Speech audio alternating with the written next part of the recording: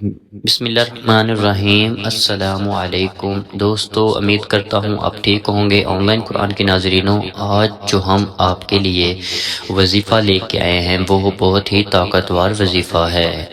جو بھی انسان دل خلوص نیت سے پڑھے گا انشاءاللہ اللہ تعالیٰ اس کی حاجت پوری کرے گا۔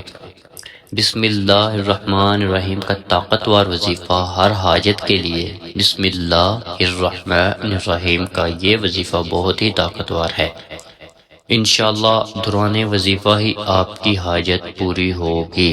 آپ نے پوری نیت سے 5 وقت نماز پڑھ کے یہ وظیفہ کرنا ہے، اور دنیا کا ہر لٹکا ہوا ہر مسئلہ حل ہو جائے گا۔